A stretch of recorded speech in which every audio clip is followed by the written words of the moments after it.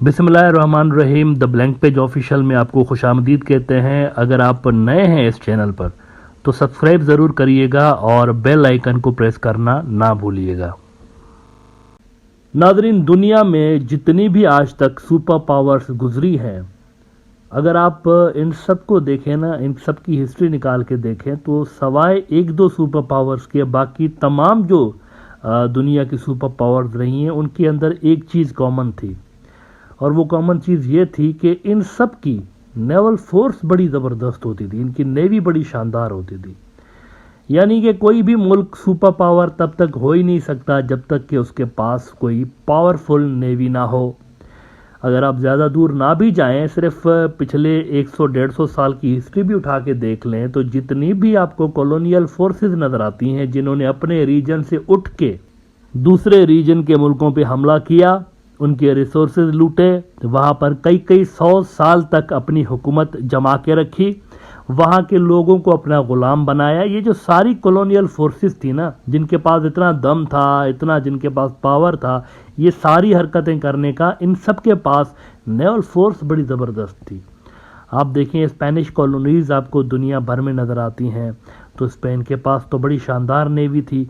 Italian colonies भी आपको दुनिया में मिलती हैं, बड़ी शानदार उनकी नेवी होती थी। फ्रेंच कॉलोनीज़ आपको मिडल ईस्ट के अंदर बहुत ज़्यादा मिलती है, तो उनके पास भी शानदार नेवी। हमारे साउथ एशिया के अंदर अंग्रेज़ थे, बरतानिया, इनकी भी ज़बरदस्त नेवी हुआ करती थी। अच्छा, by the way, colonial forces का कितना ज़्यादा इम्पैक्ट पड़ता है सोसाइटी के अंदर, इसका अगर आपको एग्जांपल देता हूँ कि अगर आप मिडल ईस्ट देखें, मिडल ईस्ट के अंदर ज़्यादातर जो कॉलोनीज़ थी वो फ्रेंच कॉलोनीज़ थी। और हमारा साउथ एशिया अगर आप देखें, ख़ास तौर पर बांग्लादेश, पाकिस्तान, इंडिया, श्रीलंका, यहाँ पर ज़्यादातर जो कॉलोनीज़ थी वो ब्रिटिश कॉलोनीज़ थी, यहाँ पर बरतानिया का कब्ज़ा था।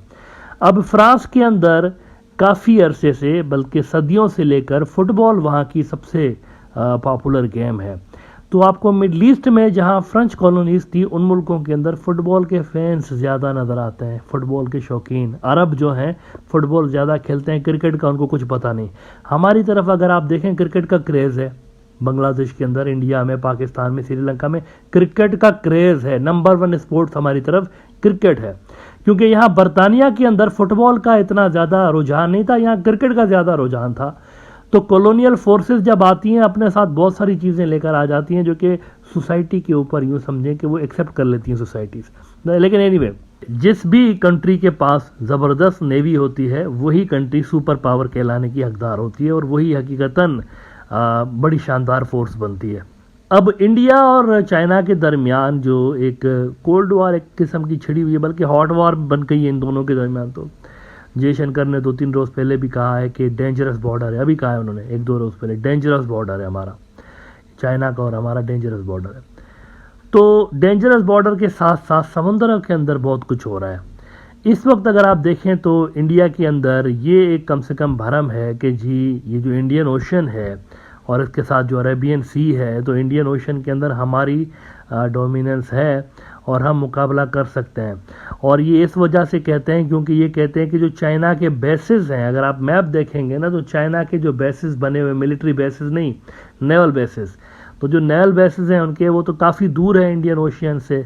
तो इसका मतलब है कि अगर इनको अटैक करना होगा, अपनी जो पावर है वो अजर्ट करनी पड़ेगी जंग के वक्त, तो इनको काफ़ी घंटे पहले प्रिपरेशंस करनी पड़ेंगी। इनकी जब नेवीज़ निकलेंगी, इनकी जब शिप्स निकलेंगी इधर आने के लिए, तो हमें तो पता चल जाएगा, और हमें पता चल जाएगा तो हम तो प्रिपरेशंस पहले से ही करके रखेंगे, तो हम इनको मुकाबला इनके साथ कर सकते हैं। लेकिन अब 2-3 बड़ी इंपॉर्टेंट डेवलपमेंट्स ये हो रही हैं कि जो स्टेटस को बना हुआ था इंडियन ओशन के अंदर भी और अरेबियन सी के अंदर भी, ये तब्दील होने जा रहा है। इंडियन मीडिया आउटलेट्स भी ये खबरें लगाने लगे हैं कि यहाँ पर 2-3 अहम तरीन जगहों पे चाइना अपने नेवल बेसिस क्रिएट करने की कोशिश कर रहा है या उनको अपग्रेड कर रहा है, अगर पहले से ही बना हुआ है तो। और वो कह रहे हैं कि अगर चाइना 3 जगहों पे नेवल बेसिस बना लेता है तो इसका मतलब है कि अरेबियन सी पूरा का पूरा कंट्रोल कर लेगा और डायरेक्टली उनकी नज़र इंडिया के ऊपर होगी, इंडियन नेवल एसेट्स के ऊपर उनकी डायरेक्ट नज़र होगी। द संडे गार्डियन में कल इस हवाले से एक इंटरेस्टिंग रिपोर्ट छपी है, और इसके अंदर वो कह रहे हैं कि India US on radar as China plans to control Arabian Sea from 3 naval bases, strategically 3 ऐसी जगहें हैं जहाँ पे अगर कोई मुल्क आके बैठता है तो वो पूरा का पूरा अरेबियन सी यूँ समझें कि कंट्रोल कर सकता है। 3 ऐसी जगह हैं। अगर आप ये मैप देखें, इसके अंदर एक तो मॉरिशस है, दूसरा इसके अंदर आपको जबूती नज़र आता है और तीसरा इसके अंदर आपको पाकिस्तान का गवादर नज़र आता है। अगर किसी मुल्क की इन 3 जगहों पे नेवल बेसिस बना दिए जाए ना, तो यूँ समझें कि पूरा का पूरा जो अरेबियन सी है वो उसकी नेवी की मुट्ठी में आ सकता है और उसकी नेवी कंट्रोल कर सकती है। ये 3 सबसे इम्पोर्टेंट जगह हैं। 2 तो इस हवाले से बहुत ज़्यादा इम्पोर्टेंट हैं क्योंकि वो दुनिया के अहम तरीन जो ट्रेड और ऑयल रूट्स हैं उनके ऊपर है। एक तो गवादर है जो कि स्ट्रेट ऑफ हॉर्मोज के बिल्कुल ऊपर है, स्ट्रेट ऑफ हॉर्मोज के दरवाजे पे है, और ये वो जगह है जहाँ से दुनिया का बेशतर जो ऑयल की सप्लाई है यहाँ से हो रही होती है। दूसरी जो है जबूती, अगर आप देखें जबूती जिस नुक्कड़ पे या जिस गली पे या जिस कॉर्नर पे वाक़ है, तो ये सीधा जा रहा है टुवर्ड्स सुएज कैनाल की तरफ, और सुएज कैनाल फिर कनेक्ट करता है यूरोप को एशिया के साथ। इसका मतलब है कि ये जो पट्टी है ना जहाँ पर जबूती है, ये बिल्कुल दरवाजे पे है, दुनिया के अहम तरीन चौक पॉइंट के ऊपर है। तो 3 जगह ऐसी हैं जहाँ पे आप अगर आ जाते हैं, साइजेबल नेवल बेसिस बना लेते हैं, तो आप यहाँ इस रीजन को कंट्रोल कर सकते हैं, गवादर, जबूती और मॉरिशस।